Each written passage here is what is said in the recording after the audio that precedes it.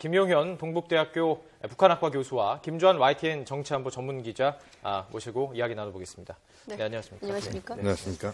자, 이제 2월 12일로 날짜로 넘어갔기 때문에 이제 앞서 숨가쁘게 속보를 전해드렸는데 이제 차근차근 한번 정리를 해보도록 하겠습니다. 자, 오늘 나온 내용을 중심으로 좀 요약을 한번 해볼까요? 핵심적인 내용들 위주로. 예, 오후였죠. 오늘 오후에 갑자기 조평통 성명이 나왔습니다. 개성공단을 전원 추방을 하고 군사 구역화하겠다, 통제해 두겠다 이렇게 발표를 해서 철수 시한은 우리 시각으로 17시 30분까지 전원 철수를 하라. 그래서 굉장히 이 해당 기업들, 우리는 사실 내부적으로 우리가 가동 중단을 하면서 오는 13일까지를 내부적으로 철수 시한으로 정해놓은 것이 있었거든요. 근데 북한이 의외로 빨리 그런 기습적인 어떤 나름대로 강경한 대응을 해서 굉장히 당황을 했는데 어젯밤 10시 무렵 김남식 개성공단 관리위원장을 마지막으로 해서 잔류했던 한 280여 명이 무사히 되돌아왔습니다. 참 한마디로 해서는 좀 굉장히 긴 하루였다 이렇게 정리할 수 있을 것 같습니다. 예. 교수님 일단 이 과정 속에서 5시 반에 다 이제 철수를 해라 했지만 지연이 돼서 결국에는 한 4시간 정도 지난 상태였습니다. 그렇습니다. 그리고 이제 김남식 위원장이 기자들과의 대화에서 우여곡절이 있었다. 하지만 이렇게 하는 과정을 좀 설명을 했었습니다. 저희들이 생각을 할 때 귀환 과정이 너무 어려워지거나 북측에서 강경한 태도로 나오지 않을까라는 생각이 들었었는데요. 그 얘기 들으시면서 어떤 생각을 좀 하셨습니까? 사실 이제 오늘의 철수, 어떻게 보면 군사작전을 방불케 하는 북한의 통보가 있었고 거기에 아주 급작스럽게 우리 기업인들과 또 개성단 관리위원회 인원들 또 여러 또 개성단에서 기업들의 경제활동 또 산업활동을 돕는 그런 시스템들이 또 작동하고 있었습니다. 그런 모든 요소들이 한꺼번에 북한이 요구하는 5시 반, 북한 시간은 이제 5시인데요. 평양 시간 5시죠. 요때까지 이제 모두 철수 요청이 있었고, 그런 과정에 사실은 철수라고 하는 것 자체가 사람들이 몸만 빠져나온다고 하더라도 뭐 여러 가지 또 정리해야 될 사안들이 있고, 또 물품이랄지 또 거기에서 봉인 조치랄지 이런 것들이 필요한 부분들이 있고, 이런 일련의 어떤 과정들 속에서 한 서너 시간 정도의 시간이 더 지연됐다 이렇게 봐야 되는데 앞서 이 부분은 자연스러운 부분인가? 조선중앙TV 내용을 보니까 앞으로 이제 설비, 물자, 제품들은 개성시 인민위원회가 관리하게 될 거라고 했거든요. 개성시 인민위원회란 곳은 어떤 곳입니까? 개성시 인민위원회면 우리로 치면은 개성시, 그러니까 시청에서 담당한다 이렇게 보는 게 맞겠습니다. 그러니까 민간으로 볼 수 있는 아니 민간이 아니죠. 행정기관이죠. 북한의 개성시 인민위원회는 우리로 치면 무슨 시청의 관할 공무원들이 그것을 이제 관할한다. 그렇게 보면 될 것 같습니다. 그러니까 개성시 인민위원회가 그것을 관할한다는 것은 개성의 북한의 공무원들이 개성공단의 여러 생산시설이랄지 이런 물품들을 관리한다. 이렇게. 그런 의미를 포함해서 동결에 넣는 건가요? 동결이란 의미로? 그러니까 건가요? 이제 관할은 이제 참고로 그 전에 말씀드리면 북한의 이제 행정체계를 보면 우리처럼 평양특별시가 있고요. 그게 2개의 직할시가 있습니다. 원산 직할시가 있고 개성도 직할시입니다. 우리가 이제 황해남도에 포함되어 있지만 황해남도 개성시가 아니라 개성 직할시의 별도의 어떤 좀 약간 인구는 한 33만 명 도는데 이제 시청에서 일종의 시산하 기구, 시산하 시설물로 운영하겠다 이런 표현으로 이해하면 빠를 것 같습니다. 그 성명에서 밝힐 정도로 어디가 관리하겠다 밝혔습니다. 지금 동결 하나, 몰수 하나 단어에 굉장히 민감한 시기에 관리 주체까지 밝혔다. 어떻게 해석할 수가 있을까요? 그것은 이제 어쨌든 북한 입장에서 봤을 때 개성공단을 중단시키는 것이 사실은 2013년 8.14 합의에서 보면 개성공단은 어떠한 정치적인 상황이 오더라도 개성공단은 유지한다. 이런 취지의 남북이 합의한 부분들이 있습니다. 그런 것들의 위반이다. 이제 북한이 아마 앞으로 이제 그걸 굉장히 강하게 들고 나올 가능성이 높은데요. 일련의 과정에서 북한이 상당한 피해를 보고 있다. 사실 또 우리가 하나 주목해야 되는 부분은 5만 5천 명의 북한의 지금 노동자들이 하루아침에 사실은 실직이 된 것은 사실입니다. 네. 그러니까 개성공단의 밥줄을 그야말로 이렇게 그 연결시켜서 먹고 살던 네. 개성 주민들이 4인 가족 기준으로 하면 20만에서 30만 정도 잡아야 되는데 개성공단을 주변에 있는 개풍군이랄지 또는 재령군이랄지 또는 뭐 연백평야 이쪽 지역의 주민들까지 포함해서 사실 이제 그야말로 완전히 지금 밥줄이 끊어졌다 이렇게 봐야 되기 때문에 그런 부분들에서 북한으로서는 이제 그런 그 개성인민위원회가 그런 여러 가지 시설들이랄지 이런 것들을 통제하면서 예. 네. 남측에 대해서 뭔가 요구할 수 있는 것들을 이제 근거를 거기서 갖고 또는 그것을 볼모로 삼고 남측에 여러 가지 그 미수금이랄지 이런 것들을 요구하는 이런 쪽으로 갈 가능성이 있다고. 네, 지금 잔류 인원들이 전원 철수하면서 이제 앞으로 단전이라든지 단수 조치에 대한 관심이 있었는데 지금 네. 나온 속보에 의하면 정부가 개성공단 내 단전, 전기 그리고 물 공급을 끊겠다 이런 속보가 들어왔습니다. 김주원 기자께 바로 여쭤보죠. 어느 정도 예상됐던 부분인데 앞으로 어떻게 한다는 의미로 해석할 수 있을까요? 검토를 한다라고 하면은 지금 그 우리가 문산변전소에서 이게 건너서 그 개성공단의 평화변전소에 있는데 이게 전기를 여기서 차단 스위치 오프를 내리면은 전기가 끊어지거든요. 예. 전기가 끊어졌다라는 의미는 그 우리가 2013년도에도 이 개성시 공단에 공급되는 수돗물이 하루에 한 17,000톤 정도 됐거든요. 그런데 이제 공단에 한 7,000톤 쓰고 나머지는 개성 시민들, 30만 명 시민들이 쓰는데, 물론 저수지는 그 인근 한 7, 8km 떨어진 월고 저수지라는 물을 써서 그걸 정수 과정을 걸쳐서 하는데, 전기를 끊었다라고 하면은, 그 물론 당장은 아니지만 한 2, 3일 정도 안에 이 정수 시설도 그 끊어지고, 결국은 물 공급도 안 되는 예. 이런 상황이 온다라고 봐야죠. 그런데 예. 이제 북한이 특히 개성시에 한정돼 보면은 탈북 인사들의 이야기를 종합해 보면요. 네. 아니 이 개성공단이 운영된 한 12년 동안 다른 굉장히 양질의 수돗물을 먹었거든요. 네. 수돗물을 먹으니까 그 안에 자기들이 이런 인프라를 별도의 비상 인프라를 사실 안 해놨다라고 합니다. 예. 안 해놨다라고 하기 때문에 이 부분에 대해서 북한이 어떻게 나올지 좀 지켜봐야 될 것 같고요. 이 정부에 따른 이야기이기 때문에 좀 신빙성 있는 이야기인데 일단 어쨌든 지금 들어온 이야기로는 어제 11시 53분부로 그러니까 오후입니다. 이렇게 저녁 네. 개성공단에 대한 송부에서는 전면 차단했고 이에 따라서 개성공단에 대한 전력 공급이 중단됐고 전력 공급을 중단하면서 용수도 공급되지 않는 것으로 알고 있다라고 정부 대변인실에서 밝힌 내용입니다. 그럼 이제 정말 강대강으로 치달으면서 더 이상 갈 수 없는 카드까지 가는 거 아닌가요? 사실 이제 이 부분은 예. 뭐 우리가 여러 가지 이제 앞으로의 전개된 상황을 좀 지켜볼 필요가 있습니다. 예. 오늘까지, 그러니까 어제까지의 상황, 그러니까 지금 이제 24시가 지났으니까 어제까지의 예. 상황인데 어제까지의 상황만 놓고 보면 지금 말씀하신 것처럼 남관계는 돌아올 수 없는 강을 건너고 있는 것 아니냐 이렇게 볼 수도 있습니다. 그러니까 남측이 개성공단을 중단시키고 북측이 모든 어떤 개성공단에 대해서 그 조치를 취하고 예. 또 우리가 단전 단수하고 이런 이제 일련의 상황 자체가 계속 지금 맞서는 부분들이고 네. 서로 밀리지 않겠다 이런 부분들이 지금 강하게 작동하고 있다 이렇게 봐야 되는데 이제 문제는 앞으로 이게 계속될 수 있느냐는 겁니다. 이제 사실은 북한도 대단히 힘들어지는 것이고 우리도 그 남관계 군사의 긴장이 장기적으로 고조됐을 때는 우리에게도 상당한 피해가 올 수밖에 없습니다.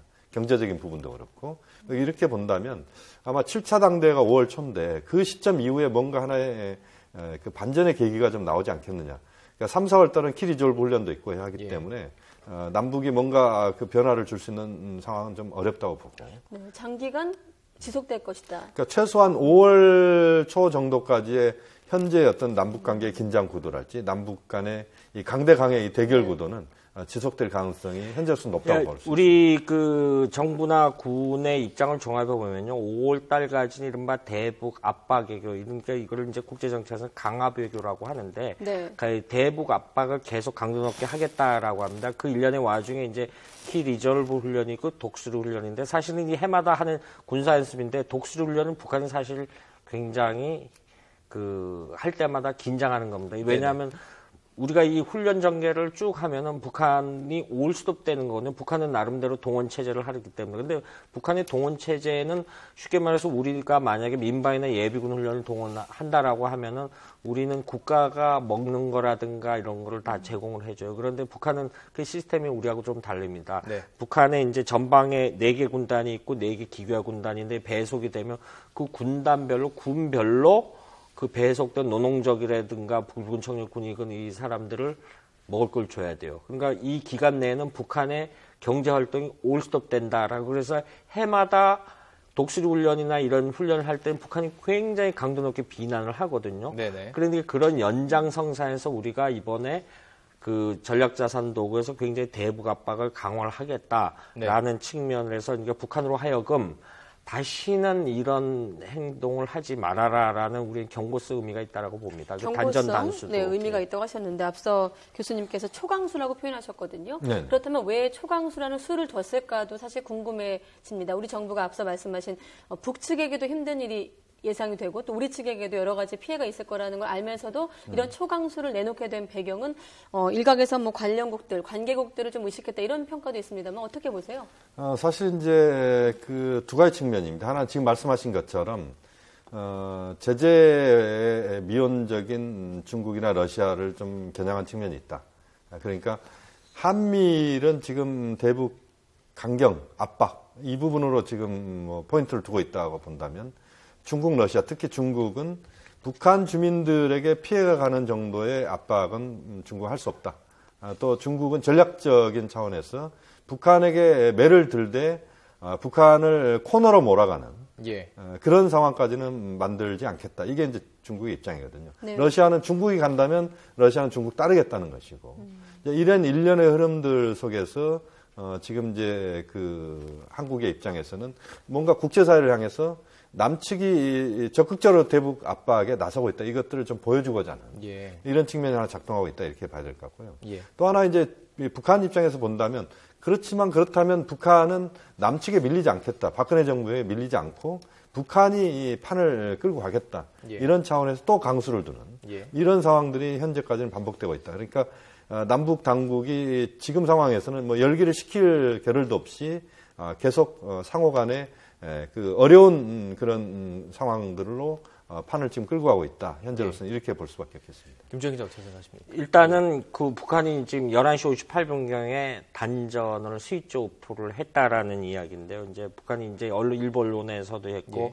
과거의 전례를 보였을 때 과연 하겠느냐라는 이 사실은 그 혹시 약간의 낙관이 섞인 전망들이 있었거든요. 있었죠. 그런데 의외로 우리가 제2차 강공책을 또 썼거든요. 네. 강공책을 썼고 했는데 북한이 이제 다음 단계 어떻게 반응해야 되는지 네. 이번에 뭐 아직까지는 좀 섣부른 전망일 수도 있겠습니다만은 그 단기적으로는 북한이 이 부분에 대해서 군사 도발을 못하리라고 봅니다. 그 이유 중에 하나는 우리가 사실은 전원 귀환이라는 의미가 북한이 군사 통제화하겠다라는 상황에서 전원 귀환을 하겠다면 북한이 무모한 도발을 할 경우 우리도 거기에 맞대응을 할 수 있다라는 준비 태세를 보여주는 거거든요. 네. 준비 태세를 보여주는 것만큼 북한의 군사 전략가들도 이 재래식무기에서는 우리가 얼마나 무섭다라는 거를 지난번 목함지뢰 때 보여줬거든요. 예. 그렇기 때문에 그걸 너무 목함지뢰 때 우리가 K9 자주포를 27발을 그 철원 특정 지역에다 대고 위협 사격을 해서 북한이 사실 거기에 놀래가지고 회담하자고 뛰어나온 거거든요. 예. 그 측면이 있거든요. 예. 그런데 이런 부분이기 때문에 그런 경험을 했던 지난 여름에 경험을 했던 북한으로서는 쉽게 우리가 단전을 했다, 그럼 또 다시 군사 대응하겠다, 이렇게까지는 못 나오자고 봅니다. 김정은 기자가 말씀해 주셨던 것처럼 이번 정권 들어서 계속 강대강으로 사실 이렇게 부딪히다가 정말 정점에 이르러서 갑자기 회담이 이루어지거나 계속 그 부분에서 뭐 이산가족과 이야기가 나온다거나 이런 식으로 일이 해결돼 왔었던 경향이 있거든요. 이번 문제도 이런 비슷한 과정을 띌 수가 있을까요? 사실 이제 그 부분은 이제 앞으로 상황이 어떻게 전개되느냐에 따라서 또 지금 말씀하신 것처럼 과거의 목함지뢰 때처럼 8.25 합의식으로 아주 역설적인 상황이 아주 급박하게 이루어질 수도 있다 이렇게 볼 수도 있는데 그러기 위해서는 사실 앞으로의 남관계랄지 한반도에서의 군사적인 긴장 상태가 여러 어떤 우발적인 충돌 사태랄지 이런 걸로 안 가야 되는 것이죠. 그러니까 예. 지금부터 남북 관계가 어떤 식으로든 나쁜 쪽으로 가지 않아야 된다는 것인데 이제 문제는 목함지뢰 사태 같은 경우는 사실은 상당히 단기간에 발생한 사건이었고 네. 그것이 감정적으로 치달을 수도 있는 상황에서 바로 역설적인 어떤 그 대화의 국면들이 만들어졌는데 이번 같은 경우는 좀 차원이 다른 게 북한의 핵실험이 1월 6일 날 있었고 예. 또 북한의 로켓 발사가 2월 7일 있었고 네. 또 개성공단 폐쇄가 있었고 또 북한이 거기에 대한 반발로 조평통 성명이 나왔고 바로 또 좀 전에 불과 몇 분 전에 지금 단전 단수가 이루어졌고 예. 이런 과정들이 지금 한 달 이상 지금 이렇게 가고 있는 과정이거든요. 이것은 상당히 좀 구조적인 문제이기 때문에 또 이것은 남북관계 차원의 문제를 넘어서서 국제적인 문제이고 예. 이런 상황이기 때문에 북한과의 남한과의 이 관계만으로 문제를 풀 수 있는 상황은 아니다. 네. 그렇게 본다면 상당히 복합적으로 지금 꼬여 있기 때문에 이 실타래를 푸는 것 자체가 쉽지 않다. 그런 차원에서 본다면 이 지금의 강대강의 대결 구도, 남북 관계뿐만 아니라 북한과 국제사회의 관계랄지 이런 대결 구도는 상당 기간 좀 갈 가능성이 높다. 최소한 5월 초 북한의 7차 당대 이때까지는 이런 흐름은 크게 봤을 때 갈 가능성이 높다. 북한에 대해서 또 유엔차의 제재도 있고 이렇게 본다면 지금은 뭐 긍정적인 요소보다는 부정적인 요소가 더 많다 이렇게 볼 수밖에 없습니다. 저희 속보 자막에 북한이 남북 대화 창구를 모두 폐쇄했다 이렇게 자막이 요약돼서 나갔는데 당분간은 그럼 이런 대화 창구도 모두 폐쇄된 채로 상황이 흘러갈 가능성이 높다고 보시는 거군요. 그렇습니다. 사실은 지금 상황에서 현재 상황을 지금 상황을 딱 잘라서 본다면 네. 남북 관계는 거의 암흑기에 지금 이제 빠른 속도로 지금 들어가고 있다 이렇게 볼 수밖에 없습니다. 지금 통신이랄지 이런 것들도 지금 거의 대체로 차단이 되고 있는데 유일하게 남은 건 지금 이제 항공 관련된 부분에서 관제를 위해서 대구 관제소하고 또 평양 쪽하고 해서 이 정도가 지금 아마 남아있는 그런 상황인데. 일반 시청자 입장에서 물론 크게 보면 남북 관계 앞으로 어떻게 되느냐 또 북한이 혹시 추가 도발을 하는 것 아니냐 이런 우려도 할 수 있습니다만은 조금 좁게 보면 우리 입주 기업들 어떻게 되는 거냐 이렇게 좀 걱정하는 분들도 계실 것 같아요. 앞서 그 정기섭 회장의 얘기로는 사망 선고는 다름없다 이렇게 얘기를 하기도 물론 했는데. 물론 입주 기업들은 속이 탈 겁니다. 그런데 우리는 이제 안보적인 결단에서 우리가 뼈를 깎는 결단을 내릴 수밖에 없다라고 했는데 지금 이것이 입주기업의 피해가 남북 경협 기금에서 우리 정부가 주도적으로 개성공단의 어떤 가동 중단을 하면 이건 거의 90% 이상을 이렇게 보존하게끔 이런 절차가 있었습니다. 그러니까 물론 관련 기업도 없지 않아 있습니다라면 피해도 우려합니다만 지금 교수님께서 쭉 설명해 주신 게 이 북핵으로 인한 발생된 동북아 상황이 우리 민족의 명운을 좌지하는 거거든요. 그래서 이런 물론 해당 기업들은 안타깝겠지만은 이 큰 흐름이 큰 먹구름이 오기 때문에 이거를 우리 후손들을 위해서도 언젠가는 한번 고리를 끊어줘야 되기 때문에 이런 북한 나름대로 이번에 우리가 1년에 우리가 강하게 나가는 거에 대해서 좀 반성을 하고 어떤 유화 제스처를 취하지 않느냐 이렇게 봅니다. 우리가 강하게 나가는 것 중에 하나가 북한이 이번에 굉장히 2월 7일인가요? 장거리 미사일 발사를 하고 나서 서해 소총동의 NLL을 밤에 슬쩍 침범을 했어. 과거 같으면은 아마 고속정 귀관포로 경고사격을 했을 때 우리는 처음부터 76물이 함포로 경고사격을 해서 북한이 거기에 대해서도 좀 내림적으로 화들짝 놀랬을 개연성이 있거든요. 그리고 또 1년에 설마 했는데 우리는 진짜 이 실행으로 옮기는 이런 과정에 있어서 이번엔 좀 북한 내부에서도 물론 이거 과거의 패턴으로 보면은 이 도발을 안 하겠다라는 것이 아니라 역설적으로 계속 이런 일련의 과정에 있어서 북한으로 하여금 좀 하지 말라라는 경고성 의미가 굉장히 강하다고 봅니다. 먹구름 얘기하셨고 김 교수님은 암흑기 얘기하셨는데 어쨌든 이 암흑기를 현명하게 대처해 나가야 되지 않겠습니까? 우리 정부에 지금 이 시점에서 단기간에 좀 처방을 내주신다면 어떤 처방이 있을까요? 사실 정부 입장에서 북한에 대해서 우리가 갖고 있는 지렛대는 이미 썼다. 그렇게 볼 수밖에 없습니다. 이건 개성공단 가동 중단으로 우리가 쓸 수 있는 카드를 썼다라고 보고 남북관계 차원에서는 우리가 할 수 있는 것들은 현재 상황에서 사태가 더 악화되지 않도록 관리하는 이 부분이 이제 핵심적인 거라고 볼 수밖에 없고요. 보다 중요한 부분은 이제 국제 관계.